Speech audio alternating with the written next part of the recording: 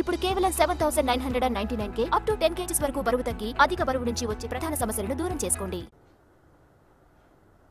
కేసీఆర్ రాజన్నాడు ముఖ్యమంత్రి నా చెప్పుతో సమానమని, ఎడమకాలి చెప్పుతో సమానమన్నాడు. అంటే వీళ్లకు ప్రజలు ఓట్లేసి గెలిపిస్తే ఏ రకంగా ప్రజాభిప్రాయాన్ని కాలరాచే విధంగా, అవమానం చేసే విధంగా వ్యవహరిస్తూ ఉన్నారో గతంలో కేసీఆర్ హయాంలో, నేడు కాంగ్రెస్ హయాంలో చాలా స్పష్టంగా చూస్తూ ఉన్నాం. ఎమ్మెల్యేలకు రాజీనామాలు చేయకుండా ఒక్కొక్కరు ఏ ప్రాతిపదికన కాంగ్రెస్ కండవాలు కప్పుకుంటున్నారో తెలంగాణ సమాజం అంతా కూడా గుర్తించాల్సిన అవసరం ఉంది. నిజంగా మీకు కేసీఆర్ పాలన వ్యతిరేకత ఉంటే, కేసీఆర్ పార్టీ పట్ల వ్యతిరేకత ఉంటే పార్టీ మారడము అది మీ ఇష్టం, మాకు సంబంధించిన అంశం కాదు. కానీ ప్రజలు మీకు ఒక పార్టీ మీద ఓట్లేసినప్పుడు, ఆ పార్టీకి రాజీనామా చేస్తున్నప్పుడు, ఆ పార్టీ ద్వారా, ఆ పార్టీ గుర్తు ద్వారా, ఆ పార్టీ పేరు మీద ప్రజాప్రతినిధిగా గెలిచినటువంటి మీరు రాజీనామాలు చేసి దమ్ము ధైర్యం ఉంటే మీరు రాజీనామా చేసి పోవాలి తప్ప ఎన్నికైనటువంటి పదవులను ఆ రకంగానే పెట్టుకొని పార్టీ ఫిరాయించడం అనేటువంటిది ఏమాత్రం సమంజసం కాదు అని ఈ సందర్భంగా మనవి చేస్తా ఉన్నాను. అదే కాకుండా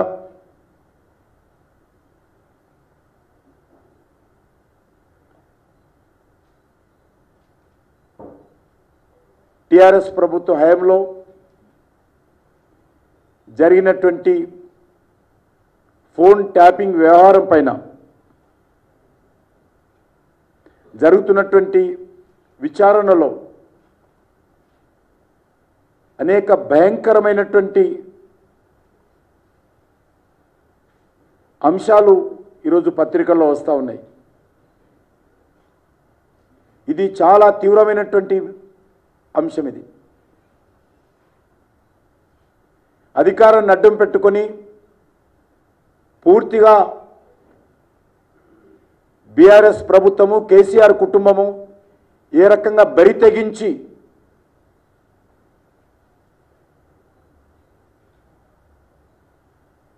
ప్రజాస్వామ్యాన్ని హత్య చేసే విధంగా, వ్యక్తి స్వేచ్ఛను హరించే విధంగా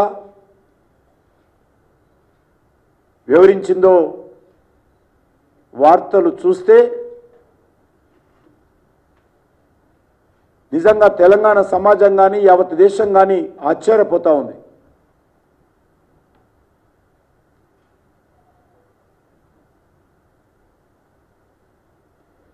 ఈ యొక్క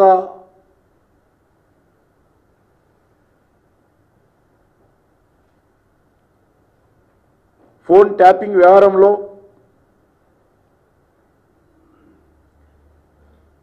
సీనియర్ పోలీస్ అధికారులుగా బాధ్యతలు నిర్వర్తిస్తూ వాళ్ళు చేసినటువంటి అక్రమ వ్యవహారాలు ఒక్కొక్కటి ఈరోజు దర్యాప్తులో బయటపడతా ఉన్నాయి.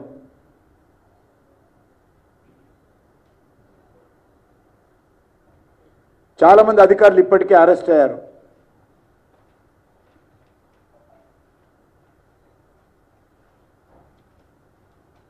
ఆనాటి ముఖ్యమంత్రి,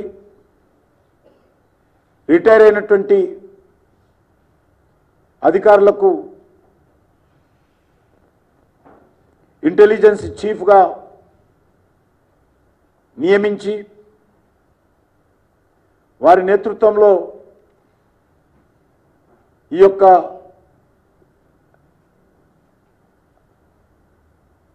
వ్యవహారాన్ని నడిపిన విషయము మనకందరికీ తెలుసు.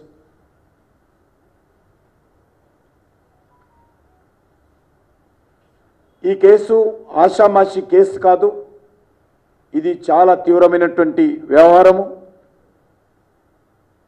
ఇది ఒక రాజకీయపరమైనటువంటి కక్ష సాధింపు చర్య మాత్రమే కాదు, రాజకీయపరమైనటువంటి లబ్ధి పొందడం కోసం చేపట్టినటువంటి ఫోన్ ట్యాపింగ్ వ్యవహారం మాత్రమే కాదు, ఇందులో వ్యక్తిగత గోప్యత,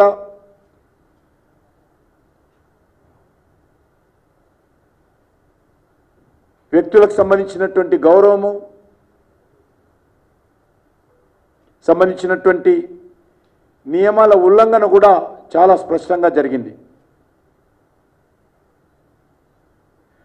రాష్ట్ర ప్రభుత్వ యంత్రాంగము ఈ రకంగా ప్రజల వ్యక్తిగత జీవితాల్లోకి ఉద్దేశపూర్వకంగా స్వార్థంగా జొరబడి వాళ్ళ హక్కులకు భంగం కలిగించే విధంగా కేసీఆర్ ప్రభుత్వం వ్యవహరించింది.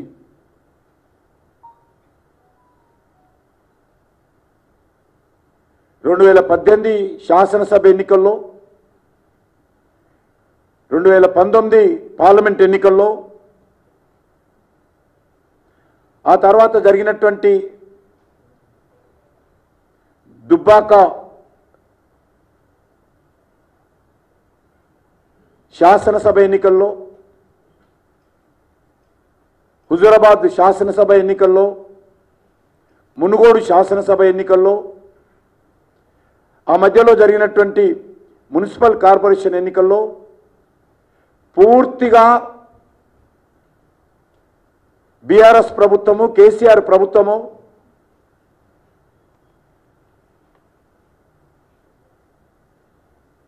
ఎలక్షన్ కమిషన్ నియమావళికి విరుద్ధంగా, ఎలక్షన్ కమిషన్ యొక్క ఆదేశాలను ఉల్లంఘిస్తూ, వైలేట్ చేస్తూ ఆ రోజు బీఆర్ఎస్ ప్రభుత్వం వివరించింది. ముఖ్యంగా ప్రతిపక్ష పార్టీలకు సంబంధించినటువంటి ఫోన్లను ఇష్టారాజ్యంగా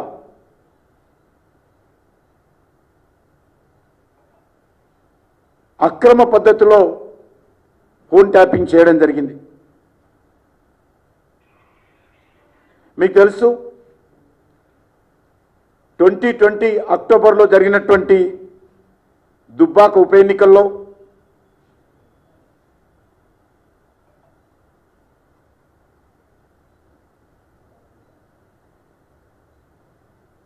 ఆ తర్వాత హుజూరాబాద్లో జరిగినటువంటి ఉప ఎన్నికల్లో మా పార్టీ అభ్యర్థుల ఫోన్లు,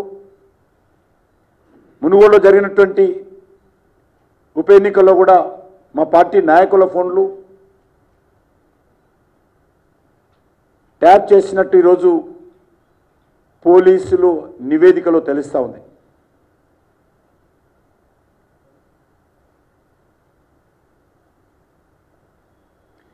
అంతేకాకుండా పెద్ద పెద్ద పారిశ్రామికవేత్తల ఫోన్లు, అనేక రకాల వ్యాపారస్తుల ఫోన్లు, సమాజంలో ప్రముఖ వ్యక్తుల ఫోన్లు, రాజకీయాలకు సంబంధం లేకున్నా కూడా ఈ యొక్క ఫోన్లను ట్యాప్ చేయడం జరిగింది. నేను ఈరోజు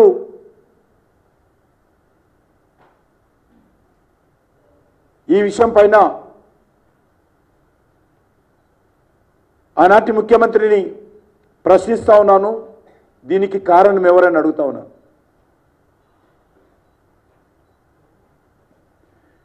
అంతేకాకుండా ప్రైవేట్ వ్యక్తుల ఫోన్లు ట్యాప్ చేసి వాళ్ళ నుంచి కోట్లాది రూపాయలు బెదిరించి, భయపెట్టించి వసూలు చేశారనే విషయాన్ని కూడా ఈరోజు పోలీసు అధికారుల ద్వారా దర్యాప్తులో బయటపడతా ఉంది.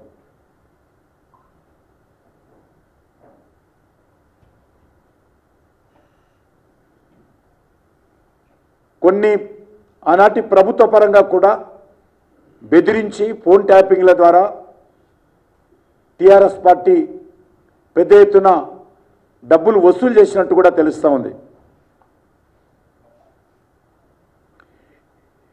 ఇందులో వస్తున్నటువంటి వార్తల ప్రకారము ఆనాటి ముఖ్యమంత్రి కేసీఆర్ వారి కుటుంబ సభ్యుల యొక్క ప్రమేయం ప్రత్యక్ష ప్రమేయం ఉందన్న విషయం కూడా ఈరోజు బయటపడతా ఉంది.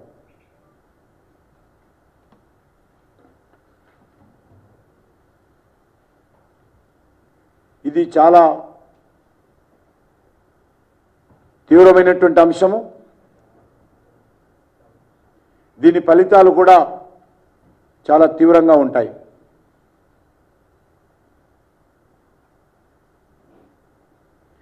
దేశ భద్రతకు దేశ సమగ్రతకు భంగం వాటిల్లే అంశంతో ముడిపడి ఉన్నప్పుడే అది కూడా హోంశాఖ కార్యదర్శి హోమ్ సెక్రటరీ యొక్క కార్యదర్శి యొక్క అనుమతి ఉన్నప్పుడే లిఖితపూర్వకమైనటువంటి అనుమతి తీసుకొని మాత్రమే ఫోన్ ట్యాపింగ్ చేయాలి. ఎవరైతే ఫోన్ ట్యాపింగ్ చేయాలనుకుంటున్నామో ఆ వ్యక్తికి సంబంధించినటువంటి పూర్వపరాలన్నీ కూడా హోమ్ సెక్రటరీకి పంపించి ఈ రకమైనటువంటి నేషనల్ ఇంటిగ్రేషన్ సంబంధించి